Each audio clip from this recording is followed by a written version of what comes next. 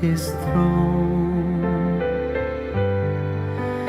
There are cries of adoration as men from every nation lift their voice to make your glory known, singing, holy, holy, holy are you, Lord. Holy, holy, holy are you, Lord. The elders and angels bow, the redeemed worship you now. Holy, holy, holy are you, Lord. Holy, holy, holy are you, Lord.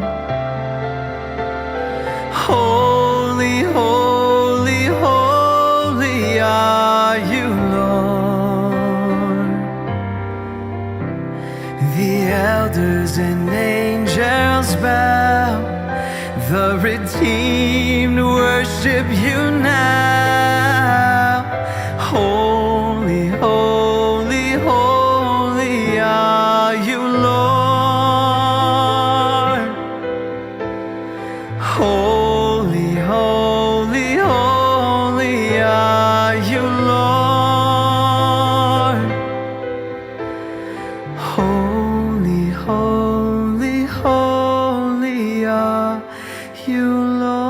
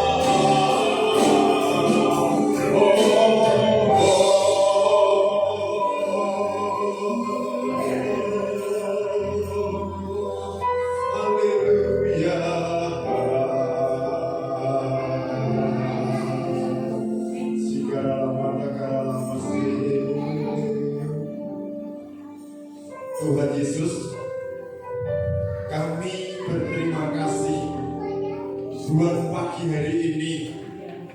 Kalau hari ini kami memperingati Engkau bangkit dari kematian, Engkau mengalahkan kuasa maut, Engkau menang dan kami juga menang. Terima kasih Tuhan, kami percaya kebangkitan-Mu membawa kami memperoleh hidup yang kekal. Kami tidak mati, tetapi kami hidup dan kami akan memerintah bersama dengan Engkau. Terima kasih Tuhan, terima kasih. Kami menyerahkan ibadah pagi hari ini. Pengurapan Allah, hadirat-Mu ada di tengah-tengah kami Tuhan. Terima kasih Tuhan. Kami semua siap memuji Engkau, siap mengagung-agungkan Engkau. Kami siap memberi yang terbaik bagi Engkau Tuhan. Terima kasih. Kami menyerahkan ibadah pagi hari ini dalam tangan-Mu.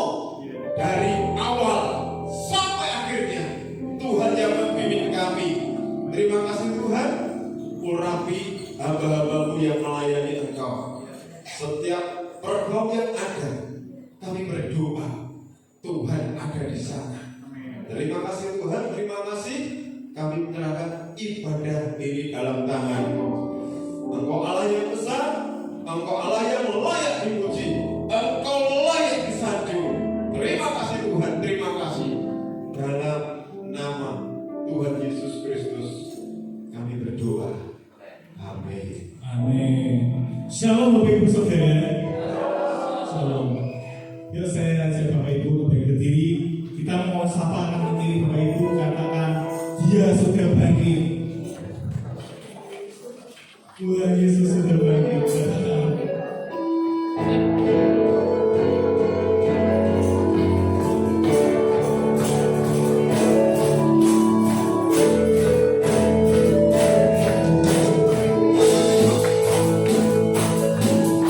Dewa Raja Mulia, Allah pemenang,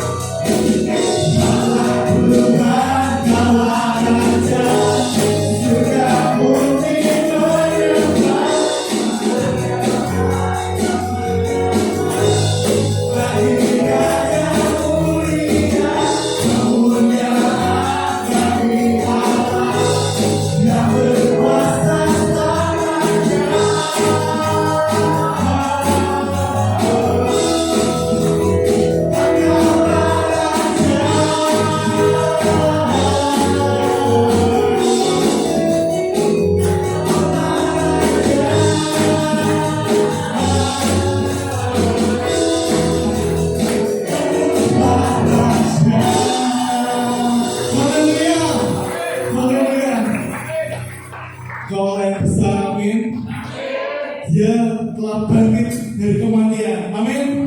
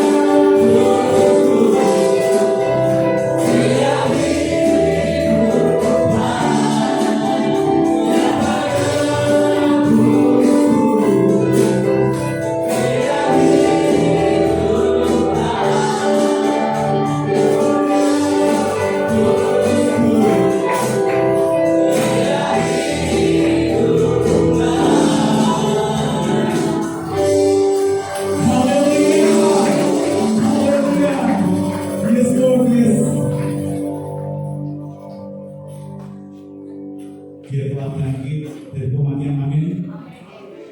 Kita menyaksikan sebuah performance dari anak Bimbel kita. Mari kita undang dia, PB dan tim. Berikan tepuk tangan bagi Ibu Saudara.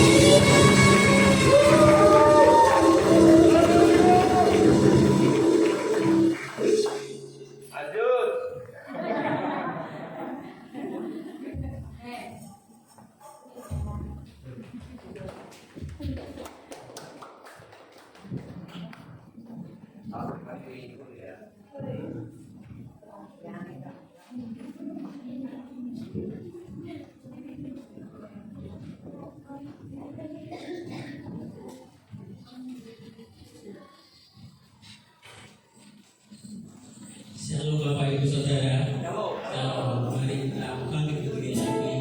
Mari kita sembah Dia, puji Dia, Yesus namanya.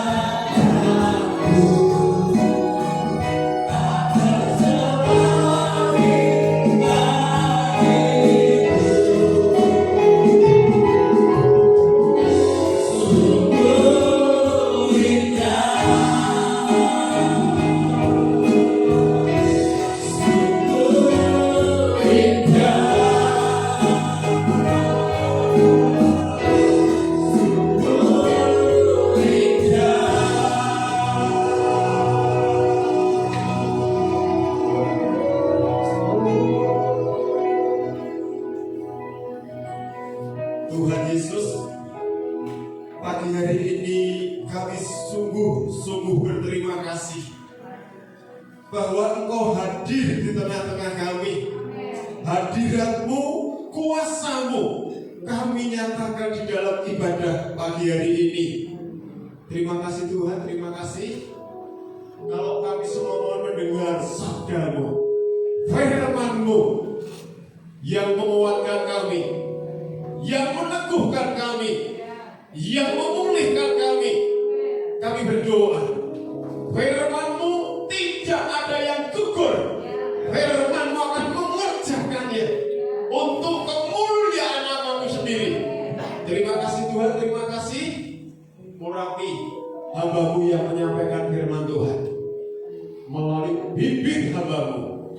Kami percaya, kami semua terima berkat ilahi, berkat rohani dalam hidup kami semua. Terima kasih Tuhan. Tenangkan hati kami, beri hati kami lapar dan haus akan kebenaran-Mu. Terima kasih Tuhan, terima kasih. Dalam nama Tuhan Yesus Kristus, kami semua siap mendengarkan firman Tuhan. Haleluya, haleluya. Amin. Terima kasih buat tim puji. Shalom. Selamat Paskah. Katakan kanan kiri dulu. Tuhan Yesus bangkit. Tuhan Yesus menang. Selamat Paskah. Katakan kanan kiri. Tuhan Yesus bangkit. Tuhan Yesus sudah menang.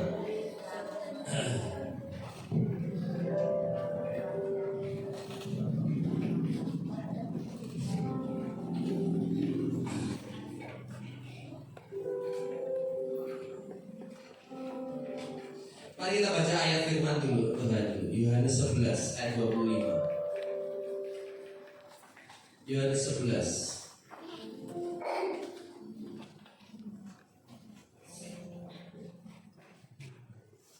ayat 25, 26. Kita baca dengan keras. Ini menjadi iman kita. Ini menjadi pernyataan kita pada pagi hari ini. Sudah ketemu tak sedikit? Yohanes 11 ayat 25 dan 26 kita baca dengan keras dan dengan pengertian, dengan iman, dengan segenap hidup kita bahwa ini adalah perkataan Tuhan Yesus sendiri, dan perkataan itu akan membuat hidup kita boleh memiliki pengharapan. Amin. 1, 2, 3. Jawab Yesus, akulah kebangkitan dan hidup. Barang siapa percaya kepadaku, ia akan hidup walaupun ia sudah mati. Kita yakin dan kita percaya. Yang mengatakan siapa? Yesus. Semua nabi banyak, semua tokoh penting banyak.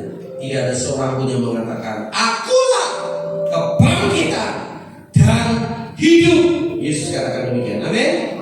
Ini perkataan yang penuh kuasa. Amin. Amin. Ini perkataan yang sungguh dahsyat.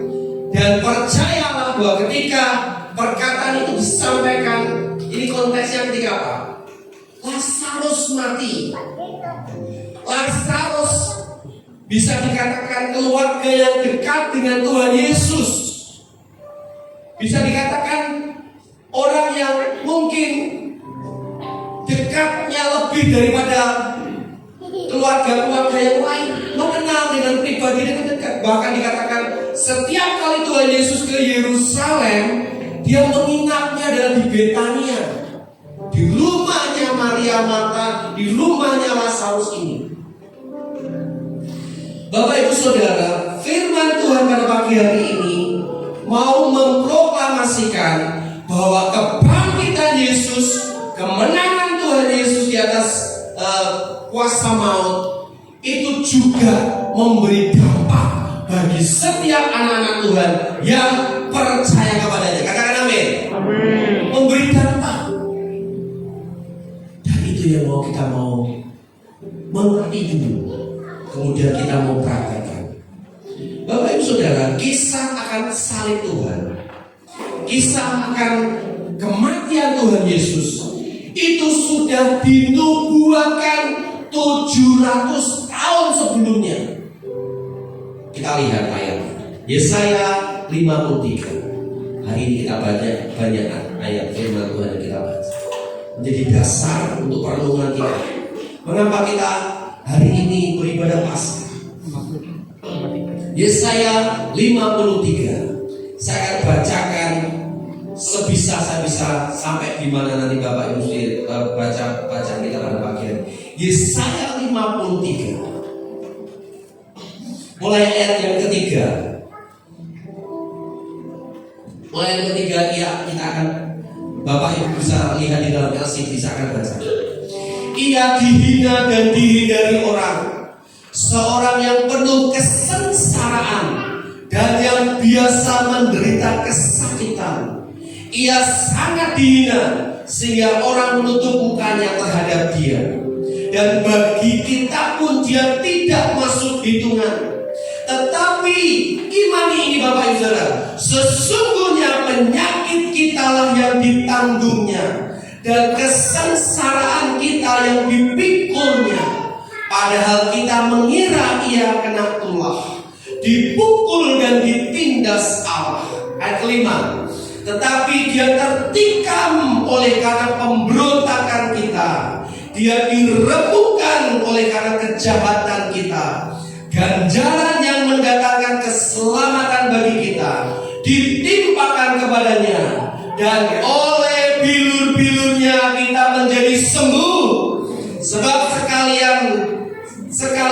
kita sekalian sesat seperti domba, masing-masing kita mengambil jalannya sendiri. Tetapi Tuhan telah menimpakan kepadanya kejahatan kita sekalian. Ayat 7. Dia dianiaya, tetapi dia membiarkan diri ditindas dan tidak membuka mulutnya seperti anak domba yang dibawa ke pembantaian. Seperti induk domba yang keluh di depan orang-orang yang menggunting bulunya, ia tidak membuka mulutnya. Sesudah penahanan dan penghukuman, ia terambil, dan tentang nasibnya siapakah yang memikirkannya? Sungguh ia terputus dari negeri orang-orang hidup, dan karena pemberontakan umatku ia kena tulah. Ayat 9. Orang menempatkan kuburnya di antara orang-orang fasik, dan di dalam matinya ia ada di antara penjahat-penjahat. Sekalipun ia tidak berbuat kekerasan dan tipu tidak ada dalam mulutnya, tetapi Tuhan berkehendak meremukkan dia dengan kesakitan. Apakah ia menyerahkan dirinya sebagai korban penebus salah? Ia akan melihat keturunannya, umurnya akan lanjut, dan kehendak Tuhan akan terlaksana olehnya. Sesudah kesusahan jiwanya, ia akan melihat terang dan menjadi puas. Dan hambaku itu sebagai orang yang benar, akan membenarkan banyak orang oleh hikmat-Nya. 700 dibagi 8 berarti berapa? Matematikanya anak-anak berapa? 700 dibagi 8 kurang lebih 9-an ya. Hampir 9 generasi. Katakan 10 generasi. 700 tahun itu waktu yang lama sekali. Tetapi Tuhan tidak pernah lupa akan janjinya. Tuhan tidak pernah lupa akan caranya yang ajaib untuk menggenapi akan apa yang telah dinubuatkan, difirmankannya. Hanya detail saja Tuhan mau genapi. Pagi hari ini Bapak Ibu Saudara, kita tetap percaya bahwa setiap perkataan firman Tuhan ini, amin, satu kali kelak akan digenapi, amin. Ini menjadi iman kita. Ini menjadi percaya kita. Kita harus mengerti bahwa 700 tahun sebelumnya bahwa Tuhan akan menderita, mati di kayu salib. Dikatakan bahwa semua definisi, semua keterangan, semua apa istilahnya, perkataan yang dinubuatkan Yesaya ini sangat cocok, sangat persis, detail. Dia dianiaya seperti domba yang dibawa ke pembantaian, dan dia tetap diam saja, tidak membalas. Dia di antara penjahat-penjahat disalib. Bahkan ketika dia dianiaya, di antara ini dikatakan ia berdoa buat mereka semuanya. Firman Tuhan tidak akan pernah gagal. Katakan amin. Firman Tuhan tidak akan pernah gagal. Dia akan mengerjakannya. Suka tidak suka, mau tidak mau, kita sadar tidak sadar, firman Tuhan akan mengerjakannya dalam kehidupan Bapak Ibu Saudara. Firman Tuhan itu akan masuk mengubah hidup kita. Bahkan kalau saya mau lihat yang lebih jauh lagi, kalau ini nanti 700 tahun. 700 tahun itu zamannya Yesaya. Ada kisah yang lebih lama lagi menceritakan tentang bagaimana penebusan dosa itu. Bapak Ibu Saudara ingat bagaimana kisah Habel? Amin. Ketika Habel dengan sadar dia mempersembahkan anak domba yang terbaik, dan itu menjadi persembahan yang harum, yang menyukakan hati Bapa, yang menyukakan hati Tuhan, yang membuat hati Tuhan melihat, kok ada orang seperti Habel ya, gitu. Seolah-olah Tuhan itu melihat hatinya Habel, dan dia menjadikan hatinya terpaut. Dia mengerti akan satu visi atau nubuatan ke depan bahwa penebusan dosa itu akan dikerjakan oleh Allah melalui anak domba yang tak bercacat, melalui anak domba yang dipersiapkan, dikhususkan. Hari ini Paskah itu bicara seberapa besar bagi kita seperti Habel. Habel memikirkan akan bagaimana dia kerinduannya untuk mendekat kepada Bapa, kerinduannya mendekat, berhubungan, mengenal kepada Tuhan Allah. Itu kerinduan Habel. Dia tidak mau persaingan dengan kakaknya. Tidak ada itu yang dicari. Dia tidak ingin, aku hanya ingin menjadi yang terbaik di hadapan orang lain, tidak. Tetapi Habel itu mengerti akan hati Tuhan. Paskah itu adalah sebetulnya sacrifice, korban. Pagi hari ini, mari tangkap isi hati Tuhan. Habel bisa menangkap isi hati Tuhan ketika dia memberikan menyerahkan sacrifice korbannya kepada Tuhan. Dia melihat hanya satu yang dia rindukan, hanya satu dia rindukan. Aku ingin bersekutu dengan Allah.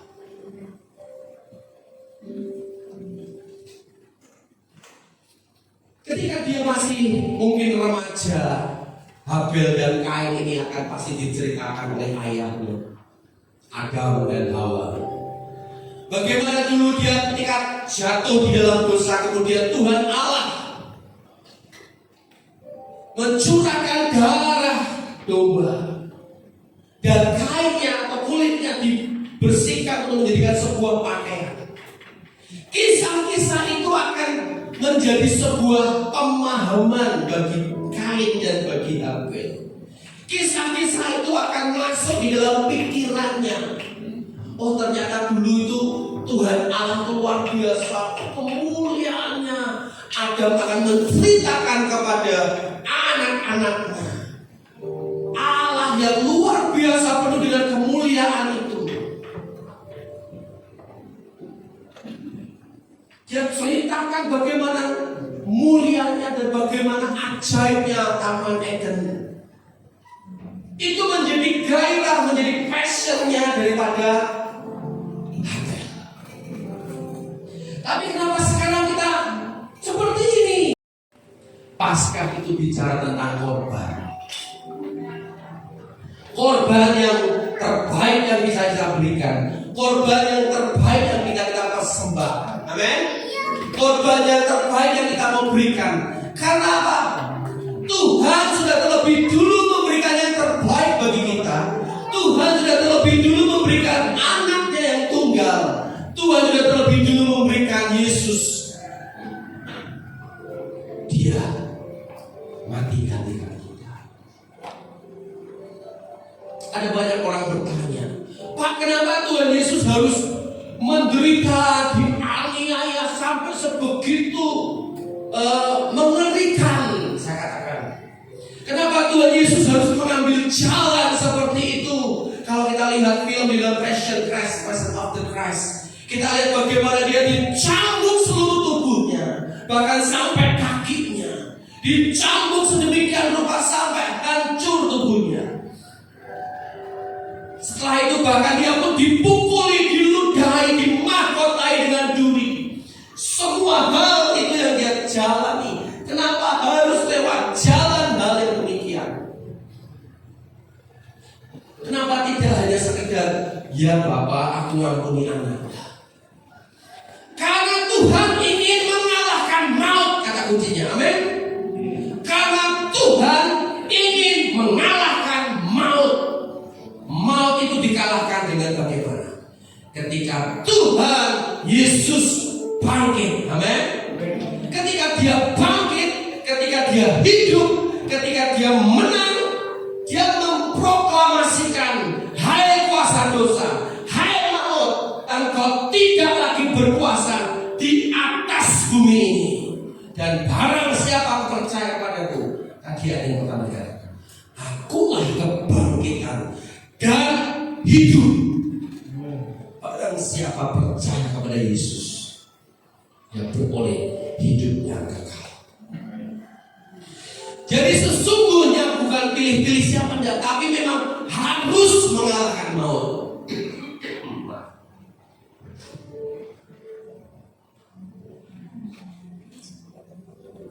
Firman Tuhan pada pagi hari ini, mari Bapak Ibu Saudara praktekkan itu.